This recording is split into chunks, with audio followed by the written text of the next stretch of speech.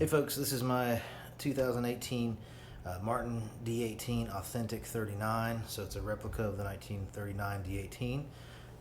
Back there behind me, that's my actual 1939 D18. I bought this guitar a few years ago. I bought it used. I think I got it in 2019 so that I could have like a daytime working guitar that felt and played really similar to the old one, and I didn't have to carry that out as much. So it's a great guitar. I really love it. Been playing it a bunch over the last few years, and it's really opened up a lot, and it's just a really exceptional guitar. But when the folks from Dr. Herringbone sent me a Tone Traveler to try out, I decided that this would be a good candidate for it. I changed the strings on this guitar just moments ago because I wanted you to have a chance of hearing what I'm hearing. As this guitar develops and has opened up, I've noticed that the B string is developing a little slower than the other strings. And you can really only hear this, it's really only audible for a short window of time because it is pretty subtle. It's when the strings are the freshest and the brightest and just have all those new string overtones. So these are D'Addario EJ17s, if you're wondering. And they're literally minutes old, which means they're just not even like settled in and staying in tune yet. But I'm just gonna play each string for you so you can hear that.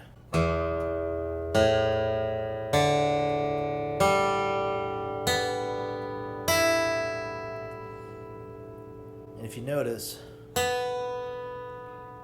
that B string is just a little duller, just a little less, punch to it than the other strings. And that's something that as soon as these strings die off and they mellow a little bit, you really can't tell that that's there. It's pretty subtle, but you can tell when the strings are brand new. And that's something that has developed in this guitar recently as the rest of the guitar sort of opened up a little faster. So what I'm going to do is I'm going to try out the Tone Traveler, and since this device has the ability to choose different frequencies and different sounds that you can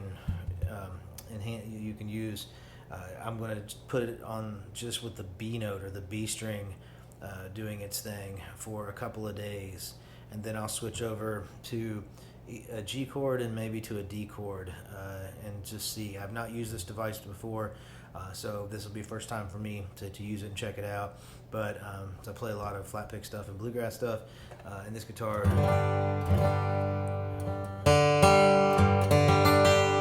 really resonates. I just felt like that's going to be sort of a guess on my part, to be honest. I'm going to try a G chord and a D chord and let those sit for a couple days each, and then when we regroup, we'll see what it sounds like on the other end.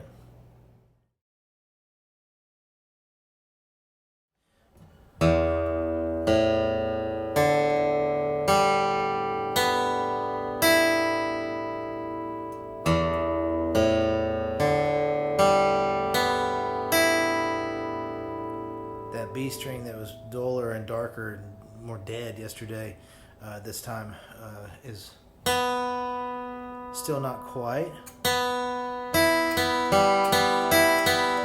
but it's considerably closer.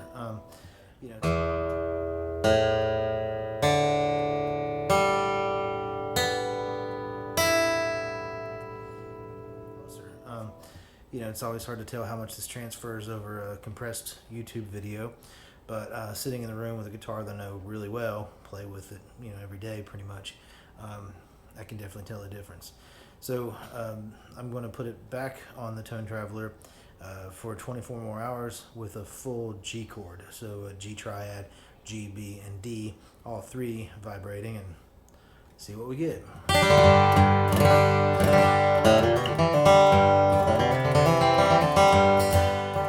I might note too that I didn't play this guitar anymore. From the last video when I put the Tone Traveler on, it's been sitting on a stand in my basement, and then I just went and got it a minute ago. So there's no more playtime on it. It's only been the Tone Traveler with a B note for 24 hours. So back tomorrow with another chord, or once it's had the full chord for 24 hours.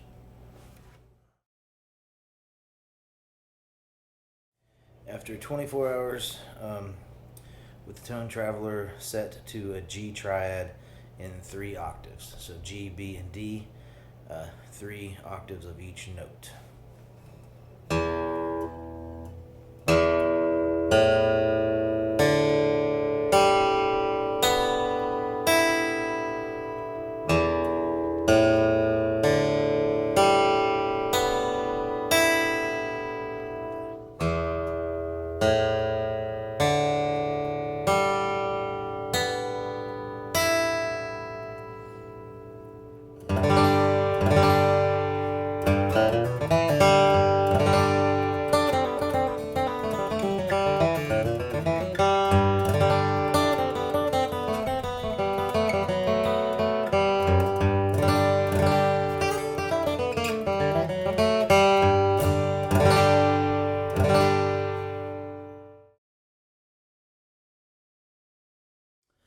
Alright, back with the D18 Authentic 39. At this point, and it's had a day, 24 hours on the Tone Traveler with just the B notes ringing, 3 octaves of the B string ringing, to help enhance that B string that's a little weaker than the others, or has been lately, a little weaker than the others. Then it had 24 hours of G triad resonating in 3 octaves. It had 48 hours of a D chord because I got busy on some gigs and couldn't get back to it to swap it out. But, just spent 2 days with that chord resonating instead of just 1 day. And then it spent a day with just the open 6 strings ringing out. So each time I've recorded this over these past segments, I've used the same camera, the same mic, a Neumann TLM 103. That's about a foot away from my guitar. It's like right here. If you can't see it in the camera, but it's here. It's been in the same position for each of these recordings. The only thing different today is I have a backdrop up where I didn't before because I was shooting some other instructional stuff. So that's the only really thing that's changed as far as the setup is the backdrop's behind me now where it wasn't before. The observations that I had, well, I'll let you hear these 6 strings. I've done this in each of the recordings.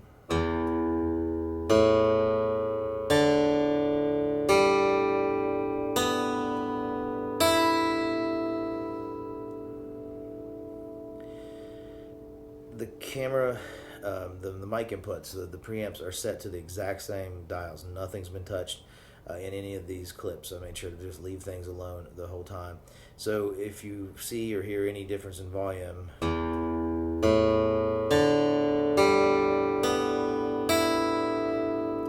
I'm not a machine, I'm a human being, so my pick attack as I do this is not going to be purely 100% consistent, but I'm trying to present something that is, essentially consistent.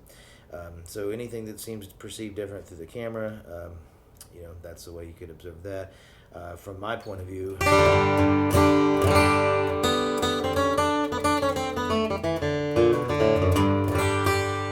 I still hear that the B string is slightly more muted than the others, but it is much better than it was when I first started this several days ago, and so I can hear more resonance and more clarity, more top end, less of a dull sound in the B string, for sure. Hopefully that's coming through on the camera. And overall, the guitar just feels more present and feels louder. When you see people will discuss these, argue about these types of devices and things, and they'll discuss, pitch or tone memory or volume memory, and argue that people don't remember what it sounds like before.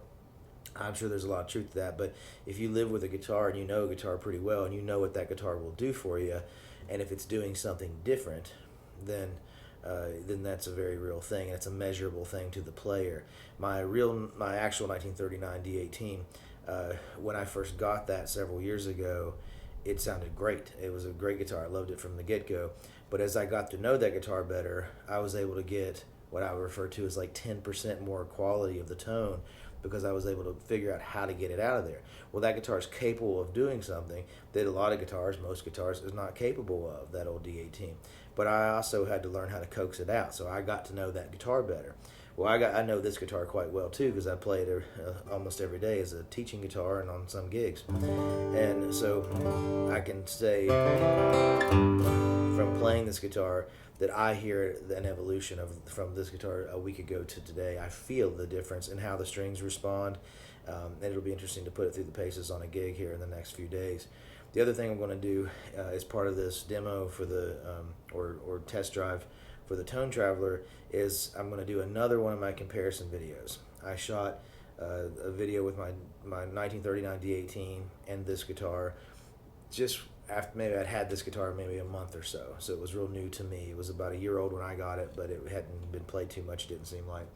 So I had the first comparison video. A year later, I shot a video that compared those two, the two guitars, the 1939 and this authentic. And so now, once I get some fresh strings on this, I'm going to do a comparison video again with this guitar post Tone Traveler treatment and see what we hear and the difference. Do I believe that a device like this will take a very mediocre guitar and make it a great guitar?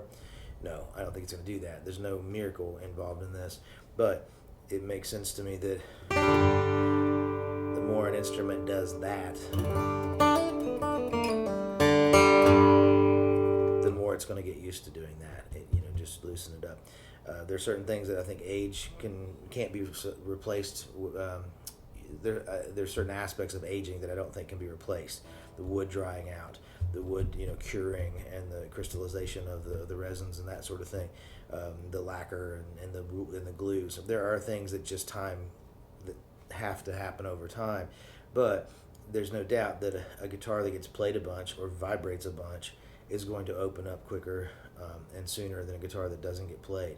I've played 70-year-old guitars that looked like they were brand new, and they sounded brand new. They didn't sound open at all. So the age, the time passing alone is not enough.